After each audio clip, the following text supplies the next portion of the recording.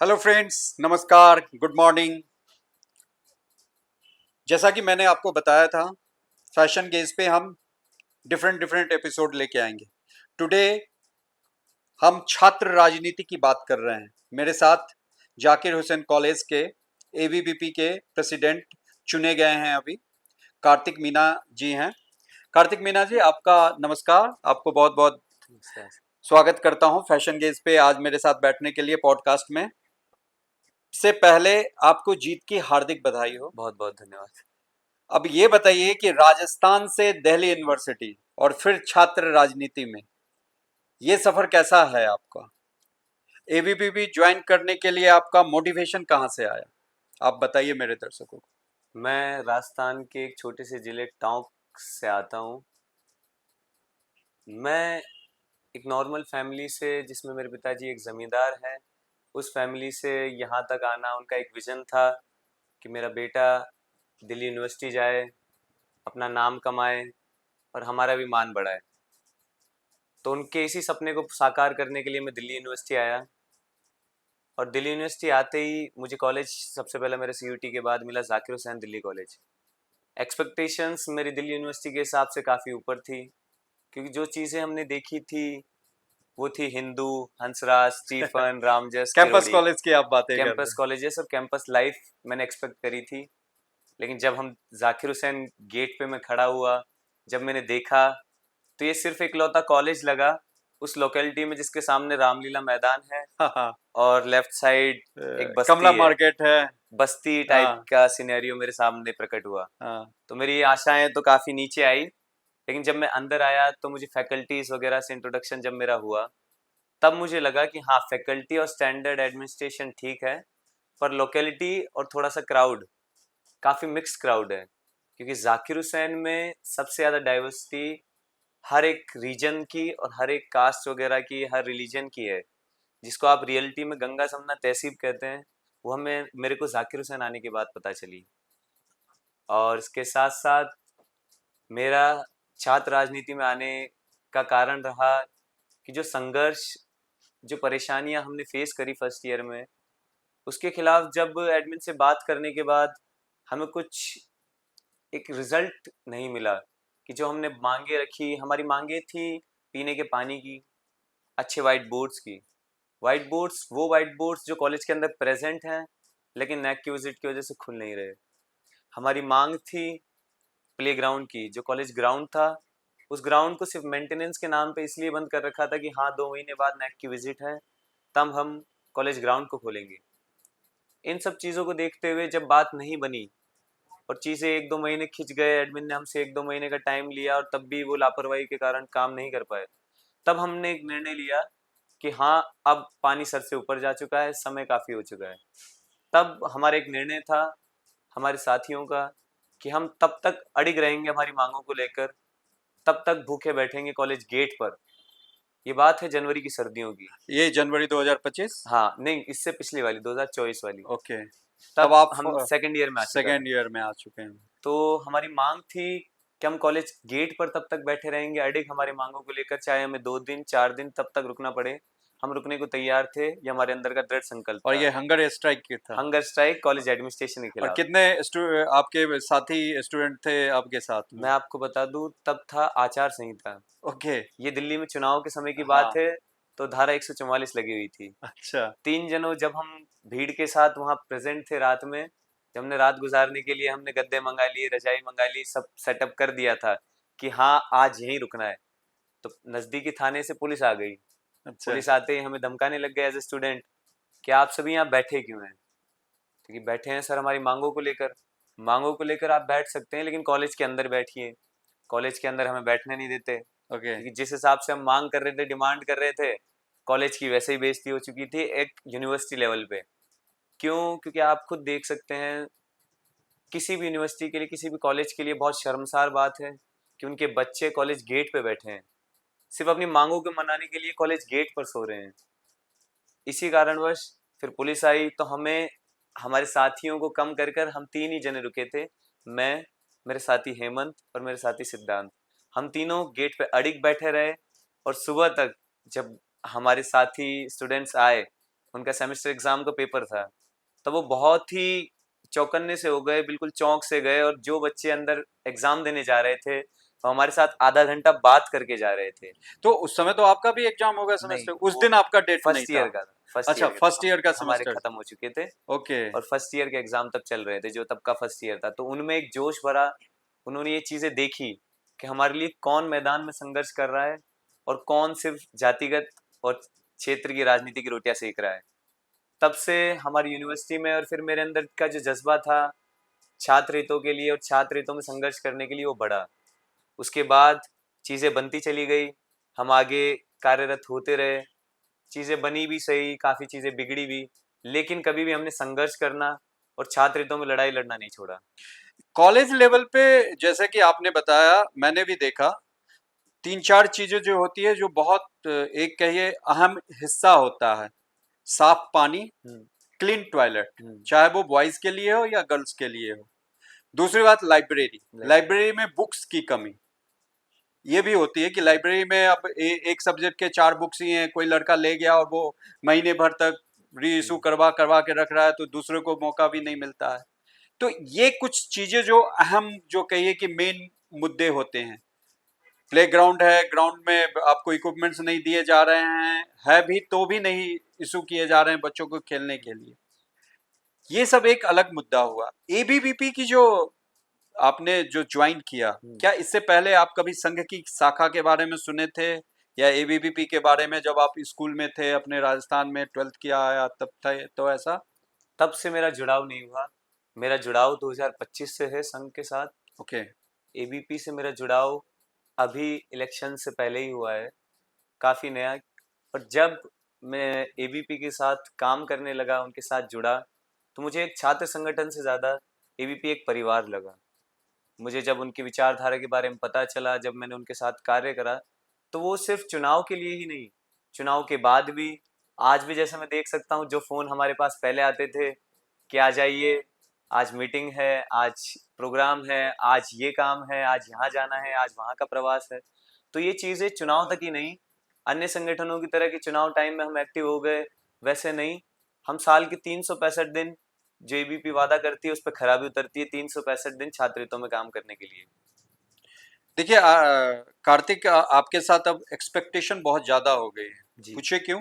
क्योंकि दिल्ली में आज से पहले आम आदमी पार्टी की सरकार थी, उससे पहले माननीय शीला दीक्षित कांग्रेस पार्टी की सरकार थी, लेकिन अभी दिल्ली में बीजेपी की सरकार है, सेंटर में बीजेपी है।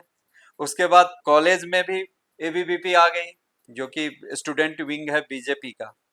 आपके लिए ये कहिए लिटमस टेस्ट है कि जो आपने अपने जितने भी फॉलोअर्स हैं, जो भी एबीवीपी या स्टूडेंट के हितों के लिए, जैसा कि आपने जो बातें बोली थी, पानी के लिए, साफ पानी हो, या मैंने बताया टॉयलेट, क्लीन टॉयलेट हो, दोनों के, बॉयज गर्ल्स दोनों के लिए, तो आप क्या एक्सपेक्ट करते हो? अभी तो 10-15 दिन हुए होंगे चुनाव जीतने के बाद, कितने दिन में उस पे काम अमल करना शुरू करोगे? आप ये बताइए, जाकिर हुसैन के कॉलेज के जितने भी स्टूडेंट हैं, आप उनको क्या आश्वासन देते हैं कि कितने दिनों में इस जो जो चीजों के लिए आपने आमरण अनशन किया था, आप अथॉरिटी से, प्रशासन से, वहां के कॉलेज जो एडमिनिस्ट्रेशन से फाइट करके उस चीज को आगे बढ़ाओगे? जो हमने आमरण अनशन की बात करी, हम अनशन से तब तक नहीं उठे थे जब तक प्रिंसिपल सर और एडमिनिस्ट्रेशन अपना एसी का कमरा छोड़कर कॉलेज गेट पर हमारी एप्लीकेशन साइन करने नहीं आया था। मैं आपको बता दूं, जो कॉलेज ग्राउंड 4 महीनों से बंद था, अनशन के अगले दिन जब अनशन टूटा था, उसके अगले दिन उसके ताले टूटे थे। हमारे अनशन के साथ उसके अगले दिन कॉलेज गेट पे जब हम बैठे थे, उसके बाद हमने कॉलेज ग्राउंड के ताले तोड़वाए थे। इसके साथ साथ जो वाइट बोर्ड्स नहीं लग रहे थे, अगले दिन से सुबह से वाइट बोर्ड्स लगना चालू हो गए थे। सारे क्लासरूम? सारे जितने भी टी सीरीज के वाइट बोर्ड्स थे, ओके। जिनकी हालत ज़्यादा ही जर्जर थी, ओके। उन वाइट बोर्ड्स को हमने चेंज करवाया था। उसके साथ साथ रही बात वाटर कूलर के फिल्टर्स की, प्रोटेस्ट के अगले दिन से सारा टीडीएस चेक हुए, सारे वाटर कूलर के फिल्टर्स चेंज हुए। जितनी भी चीज़ें थी वो चुनाव लड़ने से पहले हमने करके दिखाई है। इसलिए जाकिर हुसैन के बच्चों ने, जाकिर हुसैन के छात्रों ने मुझ पर विश्वास दिखाया कि हाँ, जाकिर हुसैन की जो आने वाला एक प्रेसिडेंट होगा, वो सिर्फ इसलिए नहीं होगा कि वो आगे क्या वादे कर रहा है, जो मेरे पिछले काम हैं, जो मैंने बदलाव करे हैं, जाकिर हुसैन में लड़ाई लड़ी है, उसके बेसिस पे आज जाकिर हुसैन ने मुझे पे विश्वास दिखाकर मुझे प्रेसिडेंट बनाया है, और मैं अपना काम पूरी ईमानदारी से और पूरी निष्ठा से 365 दिन करने को तैयार हूँ। देखिए, जो स्टूडेंट होता है, कभी हम भी दिल्ली यूनिवर्सिटी के स्टूडेंट थे, वो एक देश का भविष्य होता है। वहां से दो प्रकार की विचारधाराएं निकलती है। हम जो है एक राष्ट्रवाद की विचारधारा से ओतप्रोत रहते हैं, ऐसा माना गया है कि एबीवीपी वाला, और एक हाई स्टैंडर्ड का वैल्यू जो हमारे कल्चर के लिए हो, हमारी कस्टम, हमारी संस्कृति जो है, उसको मेंटेन भी करना पड़ता है। तो इसमें कोई कठिनाई आ रही है आपको वो देखिए चीज फॉलो करने में? जी, अन्य संगठनों द्वारा चीजें काफी बिगाड़ी जाती है। उन्हें राष्ट्रवाद से ज्यादा जब हम देखते हैं तो उनके अंदर एक राष्ट्र को तोड़ने की भावना है। मैं आज एबीपी का मेंबर सिर्फ वो नहीं है जिन्होंने मेंबरशिप ले रखी है, या जो एबीपी के कार्यालय आ रहे हैं, हम लोग जो एबीपी में काम कर रहे हैं, हर भारत माता की जय करने वाला और वंदे मातरम कहने वाला हर वो व्यक्ति अखिल भारतीय विद्यार्थी परिषद के परिवार का मेंबर है। हम राष्ट्रहित को ही सर्वोपरि मानते हैं।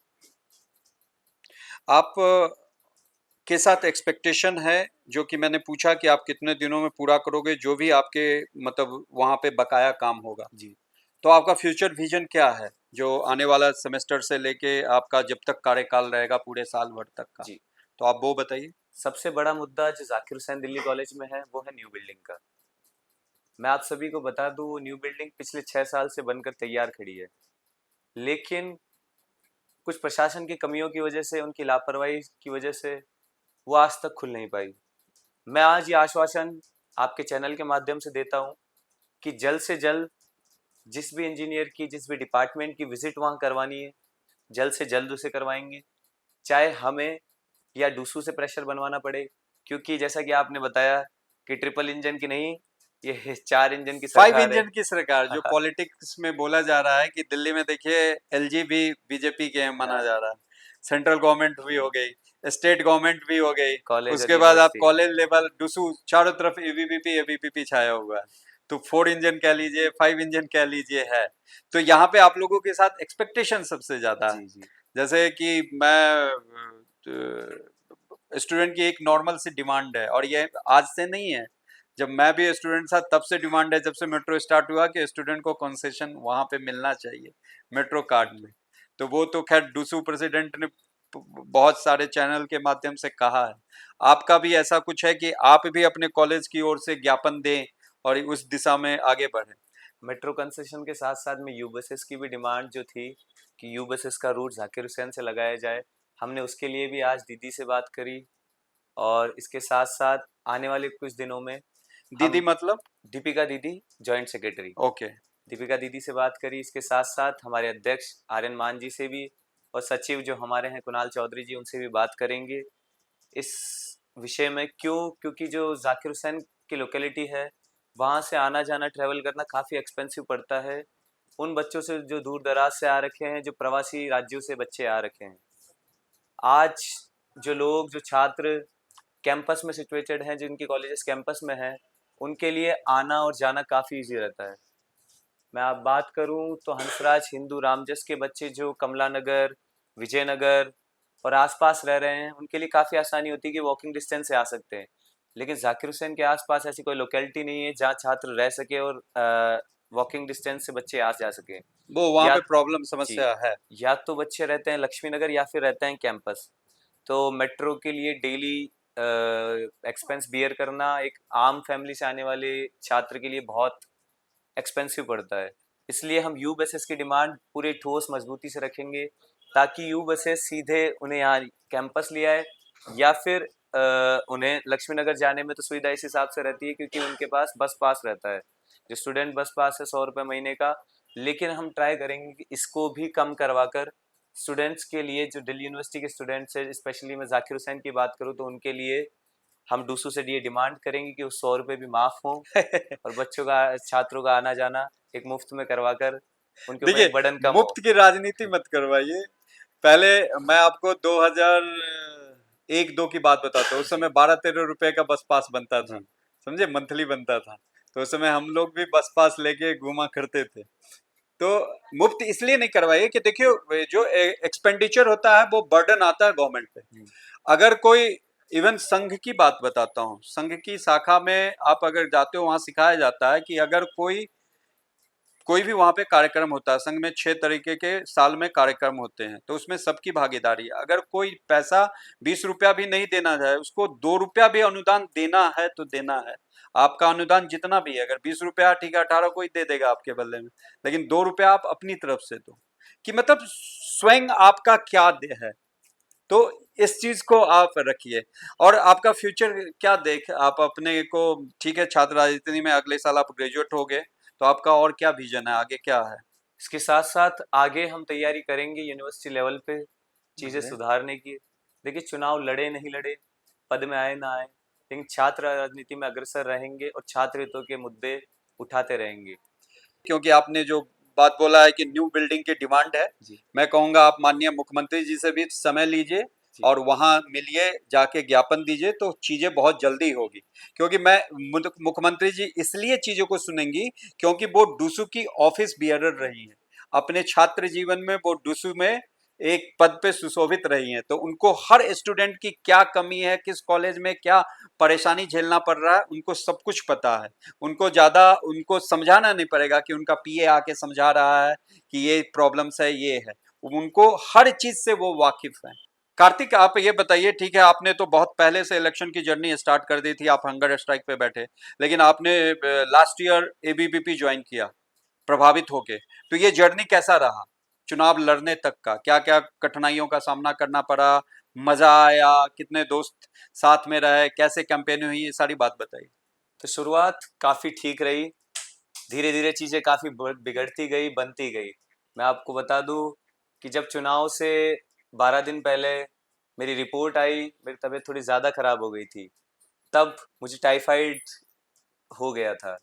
तो मैं बता दूं टाइफाइड में जब मेरे शाम को ड्रिप लगती थी, तब हमारी मीटिंग हॉस्पिटल में करते थे हमारी पूरी टीम की। हमारी पूरी टीम मेरे आसपास रहती थी, वो हमसे सलाह मशवरा करती थी कि कल की प्लानिंग कैसे रहेगी। मेरी ड्रिप को देखते हुए जब से मेरी तबीयत बिगड़ी थी, तब से मेरी टीम में एक ऐसा जोश आ गया था कि अब तो जाकिर फतेह करके ही रहना है। हमारी पूरी टीम में जज्बा रहता था, मैं चाहे जाऊं या ना जाऊं। हमारी पूरी टीम लक्ष्मी नगर में पीजी टू पीजी कैंपेनिंग करती थी, और मैं खुद कार्तिक मीना बनकर, कि हाँ मैं खुद कार्तिक मीना, टीम कार्तिक मीना से मेरे नाम पे आपसे सपोर्ट मांगने आया हूँ, साथ की उम्मीद करने आया हूँ कि आप हमारा साथ दें, उसको वोट ना गिने, क्योंकि वो वोट ही एक मीडियम है, आप किसे रिप्रेजेंटेटिव चुनते हैं। अगर कार्तिक ना मिले तो हम खुद तैयार हैं आपके लिए। उसके साथ साथ काफ़ी चीज़ें बिगड़ी, आगे लड़ाइयाँ हुई, हमारे साथ मारपीट हुई, लेकिन जाकिर के बच्चों ने सिर्फ उसी पे विश्वास दिखाया जो उनके साथ 2 साल से कार्यरत था और उनके साथ लगा हुआ था। मेरे को काफ़ी धमकियाँ भी आई अन्य संगठनों द्वारा, अन्य टीमों द्वारा, कि जो आपके साथ किया है इससे बदतर कर दिया जाएगा।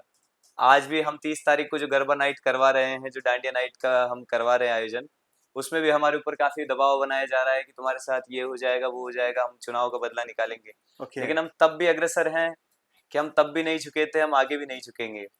चलिए, ऑल द वेरी बेस्ट। और कोई भी धमकियां आप जैसे छात्र नेताओं का कुछ नहीं बिगाड़ सकती, इस चीज को आप फर्म बिलीव करिए अपने आप में। और जो भी आयोजन आप कर रहे हैं उसके लिए बहुत बहुत हार्दिक शुभकामनाएं। आपसे फिर मिलेंगे जब आपकी डिमांड आप अपने कॉलेज में सारी पूरी करोगे, उसके बाद आपके कॉलेज कैंपस में आपका पॉडकास्ट करेंगे। थैंक यू, बहुत बहुत बहुत धन्यवाद। बहुत धन्यवाद। Thank you.